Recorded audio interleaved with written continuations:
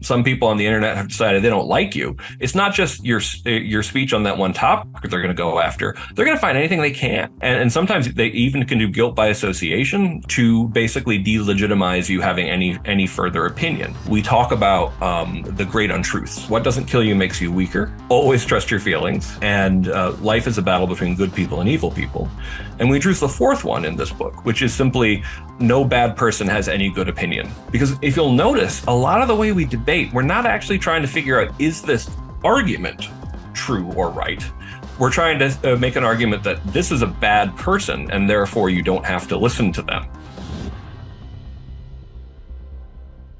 All right, guys, bang, bang. I've got Greg here with me. Greg, I thought a great place to start is free speech is paramount to a democracy really kind of thriving. And the best way I know to describe the importance of free speech is free speech is all about letting the people you disagree with still have a voice. And it feels like FIRE as an organization has been very focused on supporting not only those you agree with, but also maybe those you don't agree with. And so talk a little bit as to how do you unpack what is a free speech issue versus what may be something else? Because I think we need to kind of define free speech issues before we start talking about the canceling of the American mind, the coddling of the American mind, and what's going on in campuses today. Great question. Yeah, and there was it was kind of funny. Like the LA Times had a piece saying FIRE only defends opinions it agrees with, and it's like, well, then I guess we agree with all opinions because we defend people all over the political spectrum. And what's funny is we also couldn't decide who we agree with because the one of the goals of the staff, and we've maintained it really well, is to have actual political diversity in who works for the staff. If anything, we don't have enough conservatives in leadership, for example. We really do try to be a place where people who vote for different candidates actually work together in common cause. And we have been since 1999. So free speech. I'm a big believer in, I'm a First Amendment lawyer. I specialized in First Amendment. And I think you can draw a lot of wisdom from the First Amendment, even in situations where you're not talking about government suppression of speech. So there are lots of like really smart principles decided by some of the smartest people in American history, people like Oliver Wendell Holmes and Louis Brandeis and Robert Jackson. And so some of the parameters are, what's the purest kind of clearest example of freedom of speech? I would call that a mere expression of opinion. That essentially saying this is what I think, this is my preference, et cetera, et cetera. And the big rule that runs all the way through First Amendment law is a prohibition against viewpoint discrimination, and that means that if you're if you have a forum and you're allowing everyone to talk except for the people who disagree with you on macroeconomics, or more specifically, people who have a point of view on a particular policy. That's considered to be not allowable in a public forum under the law, but also kind of a bad idea in general because it makes the marketplace of ideas unfair. It makes the playing field unfair. It also helps you unpack things about like what is harassment, what isn't harassment, what's a threat, what isn't a threat. And we've actually, given how nasty things have gotten on campus, we've actually had quite a workout going through these fact patterns lately because since the attacks, the horrible attacks by Hamas on October 7th, we're seeing actual threats on campus more often than we're used to. We're seeing actual harassment or flat out discrimination. So I think that there's a lot of wisdom that the law can bring to bear. But one thing that makes FIRE different, we were the Foundation for Individual Rights in Education until 2022. And then we rebranded as the Foundation for Individual Rights and Expression to indicate that we now litigate off campus. We now have a much wider goal. And one of them is to get people to appreciate not just the First Amendment, but free speech culture. And we always try to, answer what are the norms of free speech culture. They come back to sort of older fashioned idioms, like everyone's entitled to their opinion. It's a free country. All these things that indicate that we used to have a better sense that you are entitled to your opinion, even if I hate your guts. Now, when you see this, maybe degradation of that belief set, what's driving it, right? You write in the first book that you put together, or the first book I read that you guys put together, The Coddling of the American Mind. It feels like whether it's parents, whether it is school, whether it is just people in society, they basically said, wow, the world's a really bad place. There's all kinds of craziness out there. Why don't we protect our children from having to experience this? Which as a parent, you feel like that's a good idea, right? It's right. I'm going to protect my kid from bad things. But you guys really unpack and say, look, by coddling the minds of these children, you actually maybe have done more damage than help. And so unpack a little bit as to like good intentioned people may have had this really negative impact that they still might not even be really aware of yet. Yeah, well, to back up a little bit about where has the censorship instinct come from? How have things gotten worse? And I always like to remind people that, and there's a reason why I call my Substack the Eternally Radical Idea, because that's a reference to free speech itself. Because in every generation, young people, old people stand up to demand censorship, and they're usually the ones who win.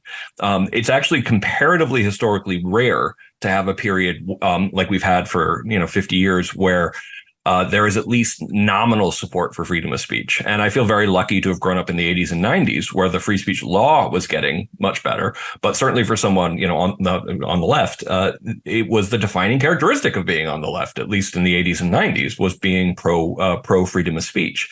But we're regressing more to the historical mean, which is if you don't have these cultural norms that actually remind you of how valuable free speech is, there's a tendency to kind of regress into this idea. Yeah, but words hurt. It's not like we just discovered this. We always knew this. But the response was, yeah, that's true, but it's better than fighting things out in the normal way. We actually resolve disputes historically, which is violence or the threat of violence. And that's one of the reasons why things like sticks and stones may break my bones, but names will never hurt me was such a wise thing to teach kids. And it's been reinterpreted by people on campus as if we now just discovered that words can actually hurt. It's like, no, that's nonsense. You didn't need this little saying for kids if words didn't hurt. The saying wouldn't even make sense. But what we were trying to do was to teach kids something to reflect on when words hurt, to make them hurt less. And believe me, all of us who grew up with that, it helped. It helped in situations that you're like, I'm the bigger person. I ignore it. So when it comes to coddling the American mind, that was my first book with Jonathan Haidt. And my first book was actually one called Unlearning Liberty, which I wrote in 2012, which pointed out that, hey, guys, I think things are about to get a lot worse. And unfortunately, we were right. But coddling the American mind has a kind of weird idea that essentially the same things that we're now threatening academic freedom and free speech are the kind of mental habits that will also make young people anxious and depressed. And we first talked about this in 2014 when both cancel culture and the new norms on campus really became clear, and it was not subtle. 2024, there was something very different for those of us who work on campus between 2014 and say 2012, just because students had always been great on freedom of speech, and then suddenly they weren't. But in coddling, we focus a lot more on how I believe that parents, K through 12, higher ed, culture in general, is teaching young people what are called cognitive distortions in cognitive behavioral therapy. And I know as someone who's struggled with anxiety and depression my whole life, and actually being hospitalized for it is one of the things that ultimately led to coddling of the American mind. That if you have too many cognitive distortions in your brain, you're going to be miserable. And what are cognitive distortions? They're kind of mental exaggerations, things like overgeneralizing, catastrophizing, binary thinking, believing that you understand the future, you know the future, and of course you assume you're going to be doomed. All of these kind of things that for those of that I've had great success in training my brain to not take quite as seriously, to sort of respond to as exaggerated thoughts, which they really are. But what we were arguing was it seemed as if students showing up on campus in 2014, 2015 had already been taught a lot of these catastrophizing, emotional reasoning kind of ideas that would make them miserable. It would also be a big threat to academic freedom and free speech, but it would have the side effect of making the people who believe this ideology depressed and anxious. And unfortunately, when we wrote the article initially in The Atlantic in 2015, we thought we'd see a little scholarly dip in mental health among young people, like something that you could point to, not necessarily the most dramatic effect. And man, things got so much worse, both for free speech and academic freedom on campus, and for mental health. And it's one of those things that Haidt and I usually, when people point out that we were prescient in this, we say, well, we really wish we weren't right. So on the book, The subtitle is How Good Intentions and Bad Ideas Are Setting Up a Generation for Failure. This book's been out for a long time. It is an incredible read, but also has done very well from a selling standpoint. On the back cover, it says Michael Bloomberg has a quote, and rising intolerance for opposing viewpoints is a challenge, not only on college campuses, but also in our national political discourse. The future of our democracy requires us to understand what's happening and why. Now, the reason why that is such an interesting quote is because that basically describes exactly what has occurred in politics, not only on college campuses, but at the national level over the last, call it 3 to 8 years, depending on what timelines you want to look at. And so to me, it is very difficult to solve problems if you cannot have conversations with people who don't have opposing views. And so that leads us then to the second book, which is The Canceling of the American Mind. And when I look at that, it's almost like, hey, if you're coddled and you don't like other people's views, then how do you respond? You can ignore them or you can cancel them. And it feels like many, many people have been trained to go after the canceling mechanism versus the ignoring mechanism. And so describe a little bit kind of the work and the analysis that went into the canceling of the American mind. Sure. The Canceling of the American Mind is very much a follow-up to Codling the American Mind. I co-authored it actually with a now 23-year-old named Ricky Schlott. Partially, we decided to co-author, partially because she's brilliant and we're a very good team, but also because so much of coddling was about threats to the mental health of Gen Z young women. And so co-authoring the next piece with a Gen Z young woman seemed to be just common sense. Haidt wrote the foreword to Canceling of the American Mind. And but it does usually help to be familiar with one. There was a review that was somewhat critical of some of the stuff we left out of Canceling of the American Mind, and it basically listed all the things that we cover in Codling of the American Mind. So I was kind of like, yeah, that's because you didn't read the first one. And one thing we talk about. We talk about in Coddling the American Mind is this idea of moral dependency, that essentially we teach young people now at a level that we didn't used to, that if you have an interpersonal squabble, that you go to an adult. And that makes sense for some kind of particularly severe ones, like bullying, for example, or, as often happened to, as kids, you get punched in the face. I probably got punched in the face more than most, and I didn't always deserve it, to be clear. They don't let up on this idea in high school, and they continue it in so in high school it can be a special department. In colleges, it's the bias response team, it's administrators who are there to sort of intervene, and by the time they get to corporations, these norms are embedded in human resources departments, which have become a major problem for a lot of companies. If human resources sees itself as essentially antagonistic to the purpose of the organization, which unfortunately sometimes it really does. So I think that this moral kind of dependency issue is part of the problem. I also think something that happened, and this is one of the real wonderful things about writing with someone so young, is that our definition of cancel culture is the uptick around 2014 and accelerating 2017 and after of campaigns to get people punished, expelled, fired, deplatformed for speech that would be protected by the First Amendment. What we mean, we explained this more in an appendix because it's a little bit too in the weeds. We mean as an analogy to public employee law, another way to work in a great deal of nuance into a short definition. I think short definitions are important. And the culture of fear and conformity that results, from that uptick. And I think the one of the most interesting things that Ricky had to say about this was that, yes, we talk about it really hitting the world around 2014, which is around when Gen Z starts hitting higher ed in large numbers. But she essentially grew up with cancel culture, this way of arguing without really arguing, of just morally grandstanding, making sure your opponent's life is miserable and that they're a social pariah without convincing anybody that you're right or they're wrong. You just scare them or eliminate them. And this is very much a junior high school kind of tactic. And unfortunately, it feels like this junior high school way of arguing is now everywhere you look. And about a third of the book is focused on all of the, forgive the expression, BS ways we currently argue, both on the right and the left, that prevent us from ever getting close to truth seeking. Because if your argument is primarily a system after system for dismissing people based on their identity, also known as ad hominem, based on their personal identity, you're wasting a tremendous amount of time, and you actually there's no reason why, even if the person you're arguing with is a despicable person, that doesn't mean they're wrong. And just because someone is good, or at least in your eyes good, doesn't at all relate to the fact whether or not they are right. So a lot of the book is trying to argue both. There's this dysfunctional way we argue that will get us nowhere, less than nowhere, really, and it's very cruel in the meantime. But there's another way to argue. And by the way, we can actually solve things if we argue in this other way.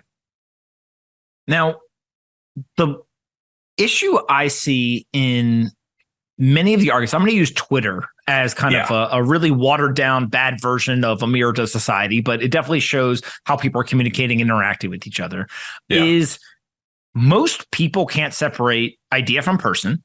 Yes. And then they don't know how to engage with an idea in a way that could be respectful to the person, but also attack the idea. And so there's almost two components, like first separating out idea from person, and then second, being able to engage with an idea in almost, I describe it as like a gentlemanly way. Like there's a way to, I don't know, if you think back to like European old movie, right? Or maybe like kind of the late 1800s, early 1900s, when everyone has a three-piece suit on and they're talking shit for sure, but they're doing it in a very respectful, almost it's harder to do it that way than just be like, you're a moron, shut up, cancel you. And so is it laziness that is playing into some of this? Is it a lack of intellectual, maybe training or preparedness? Like what is driving this, where to argue with someone in a high level, sophisticated way takes almost more effort, and it takes more respect for the art of arguing than just yelling and screaming at each other like hooligans, trying to cancel each other. Today's episode is brought to you by Trust and Will. I've gone through a number of different changes in my life over the last few years. I got married, I had a kid, and I had to start thinking about how could I ensure that my wife and my child would be okay if anything ever happened to me.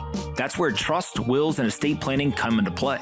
Now, most people, what they do is they get introduced to a friend, an uncle, or someone in their local community. It tends to be someone who's really expensive, a lawyer, an accountant, or somebody who does estate planning, and they just simply are using a one-size-fits-all template and just telling you, pay me thousands of dollars, and I'll use the same thing for you as the guy down the street.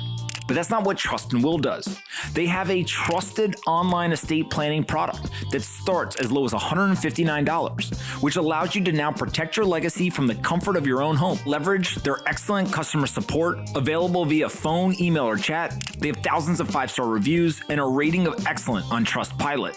It takes most people 20 to 30 minutes to complete their estate plan with Trust and Will. And not only that, but if you go to trustandwill.com/pomp, you'll get 10% off. Plus, you'll get free shipping of all your estate planning documents. So go to trustandwill.com/pomp and make sure you get an estate plan in place. Whether it's for you or one of your loved ones, having a trust and or a will can literally be the difference between someone being taken care of and someone not. Go check them out today at trustandwill.com/pomp. Yeah, well, I mean, there's so many different factors that cause that, and once again, it's kind of the regression to the mean problem. You have to learn how to argue well, and it requires a lot of lessons. It requires a lot of knowing a lot of different rules that young people simply aren't taught. So to some degree, they can be forgiven for simply never being taught this. And the most horrifying example that didn't make it into the book, because it was only starting to become clear how bad it had gotten, is how literal debate teams are now using ad hominem dodges and basically what we call in the book the perfect rhetorical fortress to win actual formal debates, which is insane. There's one going around, about just basically making the whiteness of your opponent to be the major issue in a debate, as opposed to actually addressing, say, the topic that you were supposed to debate.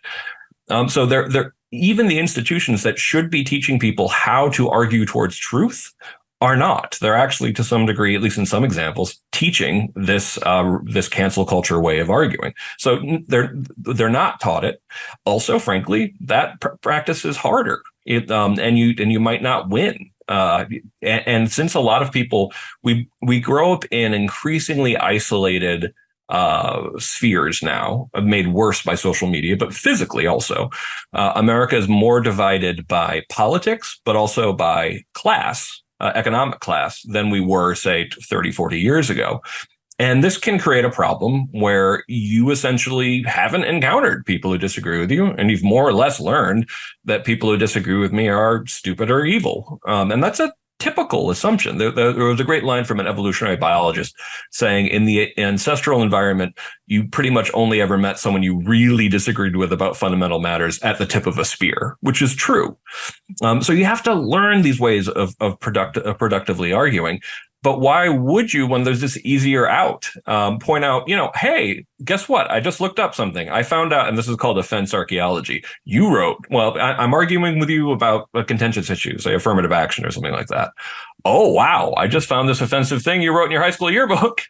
And then you're a bad person, so I don't have to listen to you anymore. And we go through example after example of this, which is one of the reasons why I got so depressed writing the book, is because I already have a little bit of a target on my back for writing Coddling the American Mind, mostly from people who haven't read it. They basically think the book is just saying people are spoiled. And it's like, no, that's just the title, which I've never liked. The book is about actually the harm that adults are doing to younger people. But the idea of getting an even bigger target on my back, having gone through all of these stories in which once some people on the internet have decided they don't like you, it's not just your speech on that one topic they're going to go after. They're going to find anything they can. And sometimes they even can do guilt by association. One of the tactics we talk about in the book that both right and left use, to basically delegitimize you having any further opinion. And that's one of the reasons why, just like in Coddling the American Mind, we talk about the great untruths. These are basically ideas that are dysfunctional, that they go against ancient wisdom and modern psychology and will make you miserable if you believe them. So the first three were: what doesn't kill you makes you weaker. Always trust your feelings, which sounds nice, but it's terrible advice. Life is a battle between good people and evil people. And we introduce the fourth one in this book, which is simply: no bad person has any good opinion. And then in parentheses, and everybody's arguably bad. Because if you'll notice, a lot of the way we debate, we're not actually trying to figure out, is this argument true or right? We're trying to make an argument that this is a bad person, and therefore you don't have to listen to them. So when people come on the podcast, sometimes they're very heels dug in, and whether people who listen agree or disagree, one of my favorite questions to ask these people is like, say something positive about the other side. What is one thing you agree with them on the other side? And so politics is really simple. If you have a hardcore Democrat, right, ask them, what is one thing you agree with the Republicans on? Vice versa. It always surprises me. The people who I already thought were highly intelligent can rattle off tons of things that they agree with the other side. The people who I'm always like, this is an interesting person, but I'm not sure that the horsepower might be there in the same way that maybe others are. They can't, or they refuse to. And it's this very interesting dynamic of like, there's the old saying of you need to be able to argue the other side better than they can in order to actually argue. Well, actually being able to identify what are the areas of common ground. And in politics, you see this, politicians are actually very good at being able to kind of grease these disagreements and basically understand, okay, we might disagree on geopolitical, decision in a certain region, but here's all the other things we agree with. Let's figure this out. And we, as a society, there's politicians. They're trying to please everyone. That's their job or whatever. But they actually do get a lot of stuff to a point where at least there's a conversation. You don't see, for the most part, again, there are some nastiness still in politics and stuff like that. But for the most part, you don't see as much canceling in politics because you also know that person is not going away. That person is still going to be here in that job for the next 2, 4, 8 years, whatever it ends up being. And so you got to figure out how to work with them because canceling isn't really an option. This is really funny. I lived in D.C. Before moving to, I went to Stanford for law school, and then I lived up in San Francisco as long as I could. And I worked at the ACLU, and all my friends were kind of like the Burning Man artsy crowd. But one thing I didn't like about San Francisco, even in the late 90s, at least the circles I was in, is that political arguments were kind of lame because it was mostly either we agree or we agree, but you don't go far enough. Whereas in DC, you could have a great argument with a cabbie, kind of like, and I had some of my best, because people understood that it could actually be kind of fun. It could be, it should be friendly. And actually, even doing the devil's advocate thought experimentation approach, where even if you don't actually disagree, it's like, well, let me try this one on, that can actually be great. And I felt like the way we argued in the backyards, at least in the circles I was in San Francisco, has increasingly become the way we argue everywhere. And that's one thing that I really do love about FIRE's commitment to genuine political diversity within staff. It keeps us honest. I'm a left-leaning atheist, and believe me, I have had my minds changed on a number of things by right-leaning evangelical Christians, including when I started FIRE, by the way. Having to painfully realize that the most open-minded person on staff was someone who was a self-described evangelical Christian. She had no problem with us going out and tossing back some drinks and arguing about the existence of God. Like it was really like, and I realized I had stereotypes myself. Yeah, and I think, and in terms of kind of like what I see, what I personally see as strengths on people on the other side, it's always hard for me to figure out what the other side is, because the book takes on both the right and the left when it comes to cancel culture. I definitely, the overall look for social justice, of course, is something I agree with. I do think that cancel culture and the tactics of argumentation that we tend to use on the left prevent a lot of things that could otherwise be fixed. I think there's a certain kind of doom and gloom and hopelessness on the left that actually we talk about coddling the American mind that prevents us from fixing things. When it comes to on the right, I don't blame them for being mad at elites. I don't blame them at being mad at higher education. In fact, we talk about the rhetorical fortress as the sort of way of avoiding arguments on the right. And they're very quick to, you can dismiss anybody that you can label a liberal or woke. You don't have to listen to experts, journalists, even if they're conservative, or for the very hard right, anyone who disagrees with Trump. Meanwhile, we've spent a lot of the book talking about how experts have done themselves no favors. Still, I think anything that prevents you from actually listening to people you disagree with is not healthy for the production of ideas, and certainly not for solving problems. One of the chapters in the book, The Canceling of the American Mind, is all about keeping your organization or corporation out of the culture wars. And, there's a lot of people who run tech startups, large corporations, that are decision makers at these companies who listen to this podcast. I spend quite a bit of time thinking about and trying to kind of talk through these ideas of the culture wars are going to happen whether you participate or not. Yeah. But you do have an option as to whether to participate or not. Whether or not you want to be a combatant. Correct. And so explain a little bit as to how you think business leaders could stay out of these and keep their employees focused on the work, on the product, on revenue, on kind of the capitalistic pursuit that they have been entrusted with doing, versus going ahead and actually, being that combatant in the culture war. Oh man, yeah, no, that's a chapter that I think a lot about, and initially the first version of that I wrote, co-authored with Haidt. I'm going to start with something that that should have been in there more prominently, which I've been thinking about a lot recently, is you have to make sure you're not hiring cancelers in the first place. And what I mean by that are the kind of employees who will show up and believe it's sort of their politics are the highway, that essentially the organization has to publicly take stances I agree with. And by the way, if it turns out that absolutely brilliant ASPE IT person that I have, if they say something, vaguely right wing, that they have to be fired. And that's something that you saw really hitting corporations around 2018 as Generation Z started graduating from higher ed. And it's something that after because Codling came out in the book, the original article is 2015, the book came out in 2018, immediately Haidt and I got emails and phone calls from business leaders all over the country saying, yeah, we have a real problem with the new crop of employees. They want me to fire so-and-so. And a lot of the cancel culture cases, even some that didn't make the book, were lower level, sometimes new hire employees demanding that, you get rid of Antonio Martinez Garcia. Like there are a couple people that where it was very clearly it's just lower level employees demanded. I can't work with that person because in that case he wrote a fairly racy best-selling fiction book several years before, which is just a crazy reason to deny yourself talent. And so you got to make sure you're not handling hiring counselors in the first place. A good way to do that is to, one, hire older people. I talked to someone who's running a startup in Silicon Valley, and he said, we avoid this problem. I was like, how do you avoid this problem? Everyone we hire is 40 or older. And I was like, okay, that will probably mostly keep you safe. But he said it doesn't exclusively keep them away from that.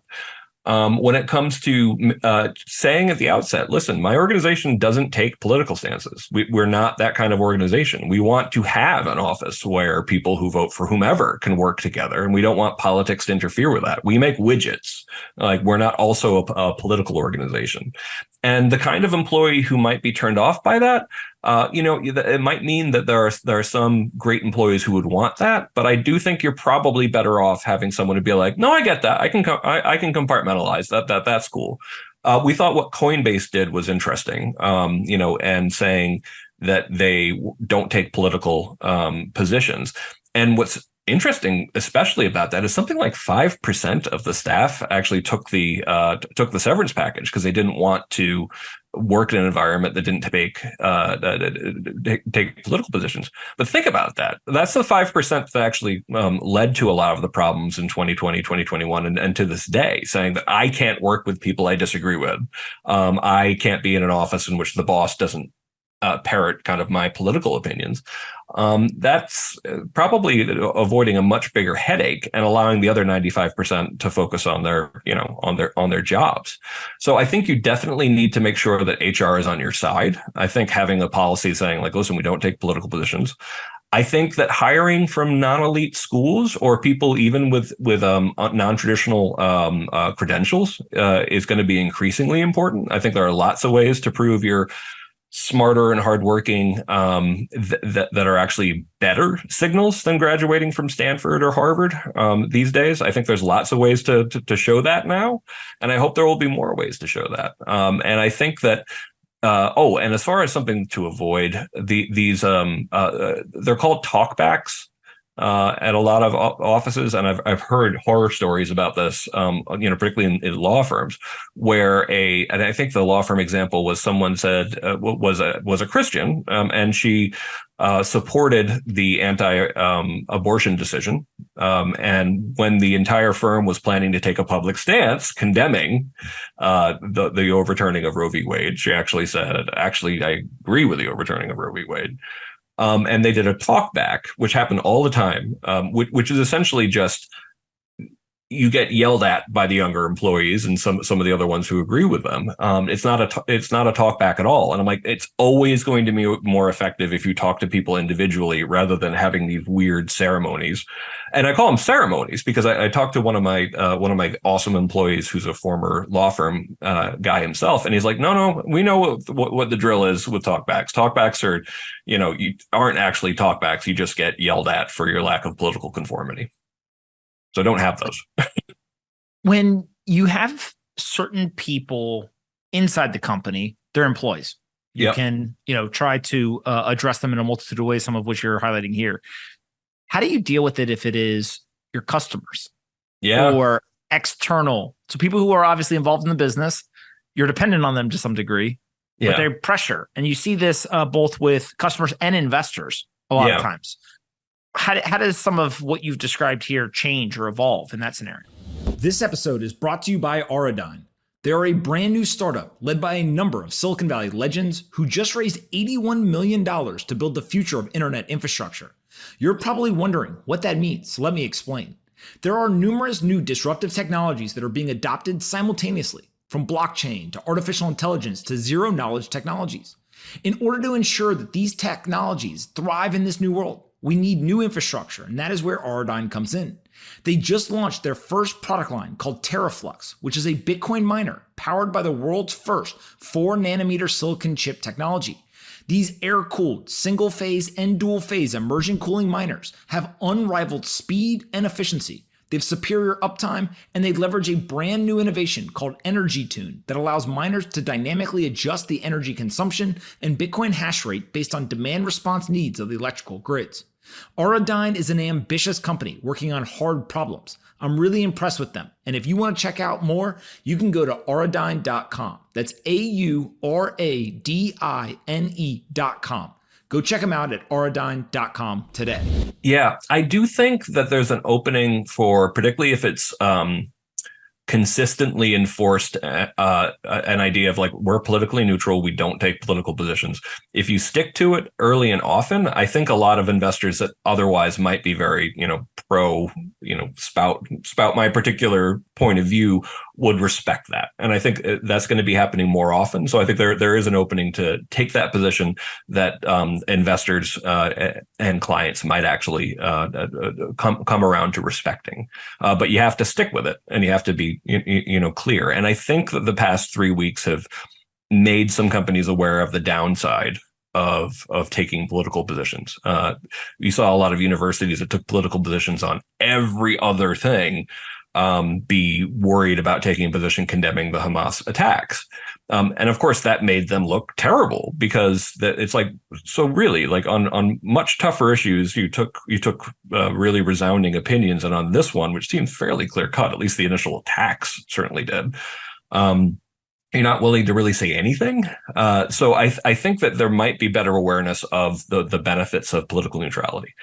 I think, of course, if you have an investor who really wants to sort of micromanage, the political positions you take, that's a kind of a problem. And I think this is one of the reasons why people object to some of the ESG movement, because it does oftentimes recommend things that kind of would normally be seen as exceeding kind of the appropriate bounds. And sometimes they will recommend stuff that actually there's research on. So one thing that some of the investors I know really like to push and have learned that they shouldn't is some of the DEI consultant stuff.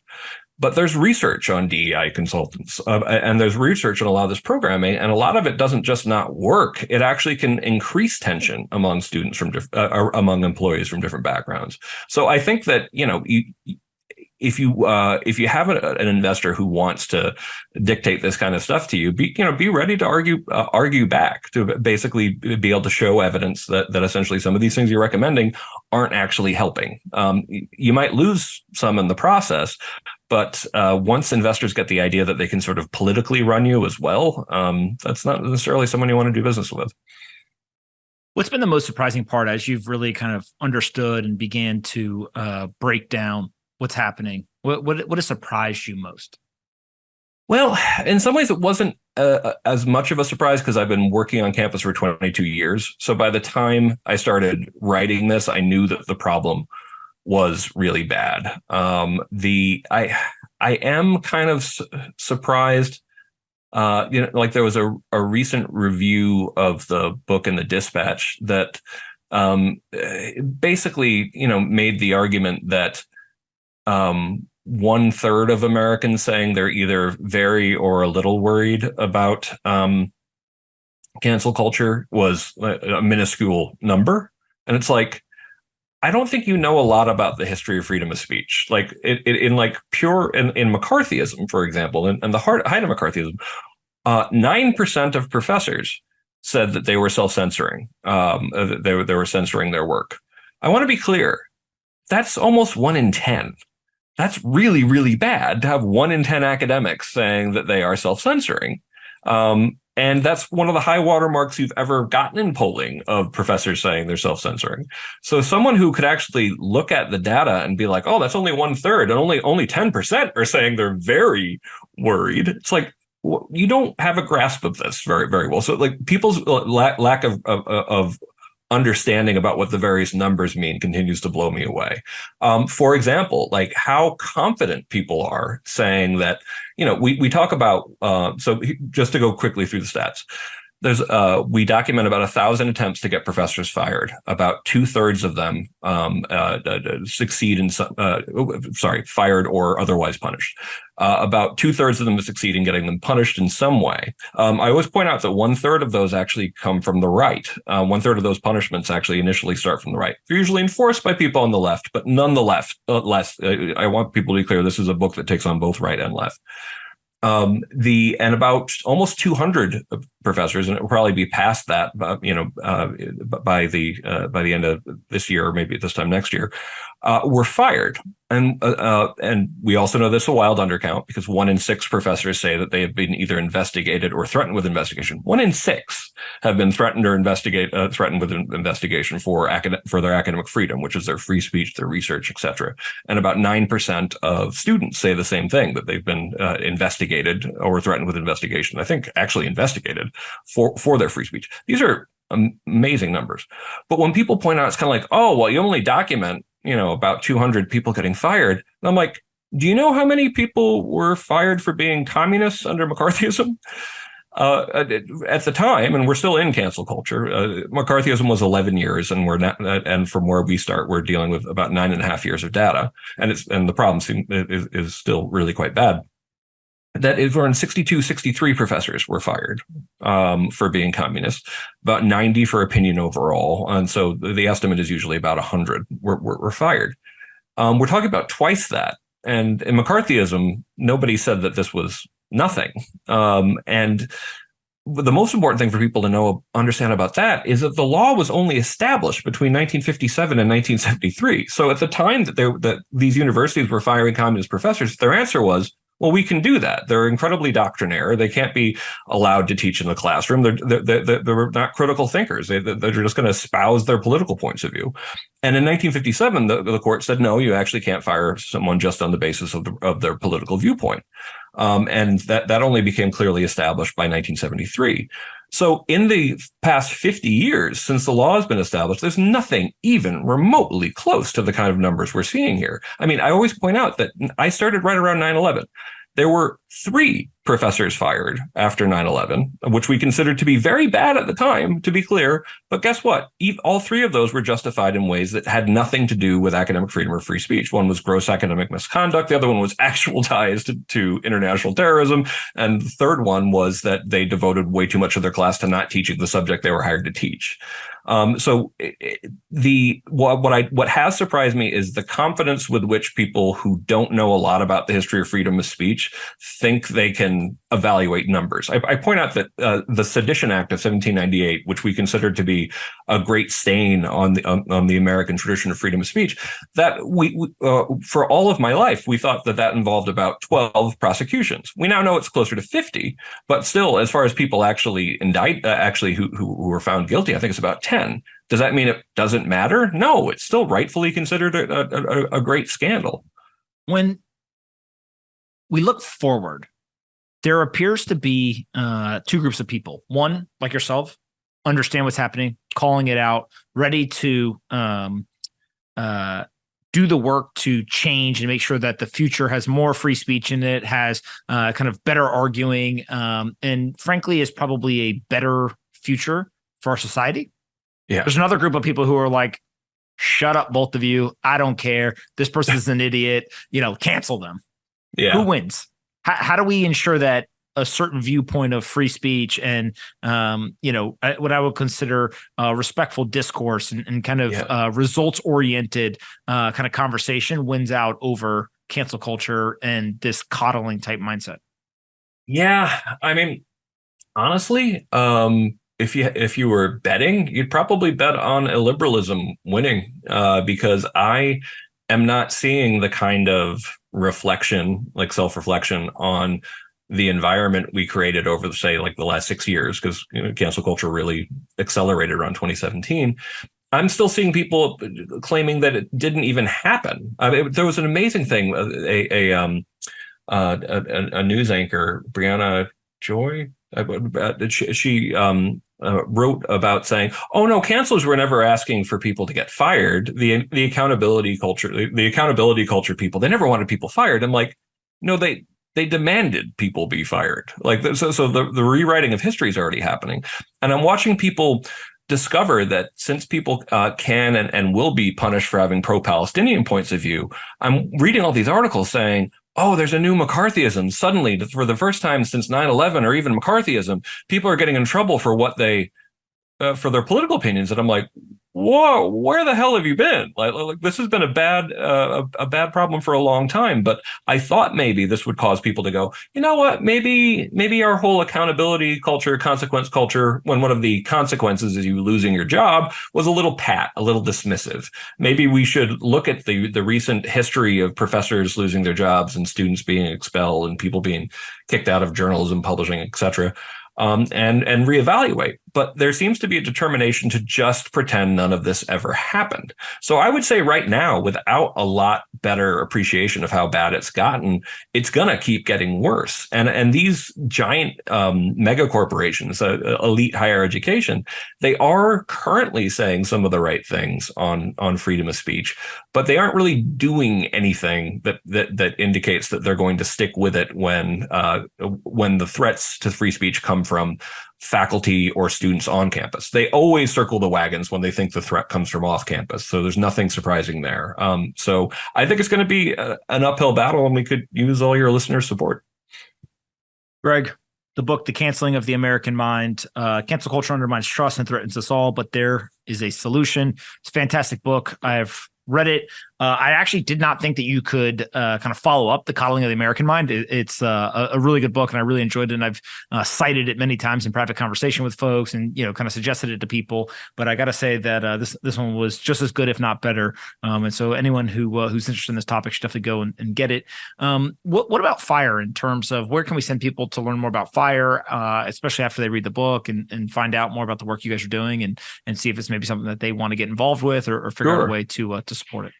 It's thefire.org, and definitely check out our campus free speech rankings. We use 13 different factors to evaluate schools on their commitment to freedom of speech. Including the largest survey of student opinion ever done, the 4 largest databases of student cancellations, professor cancellations, deplatforming, and speech codes. And this year, we made some waves by the fact that Harvard finished dead last, which people occasionally present it as if it was some kind of stunt, like essentially like, oh, no, that's exactly where the data led us. So I would love that to be not just 248 schools. If we could do that for, say, the top 500 schools in the country, that would cover, a huge portion of the 4-year college students in the country. So yeah, we definitely could use your support because unfortunately the threats to free speech seem to keep growing. Awesome. Well, I appreciate you taking the time to do this. Please write another book. I don't know what the topic will be, but you're 2 for 2 in my book for the ones that I've read. And so I look forward to the work that you do next on the book side, but also obviously you guys are fighting the good fight with FIRE and continue to kind of stand up for those who maybe don't have a voice or need help. So it's very much appreciated. We'll definitely do this again in the future. Absolutely. Take care. Thank you.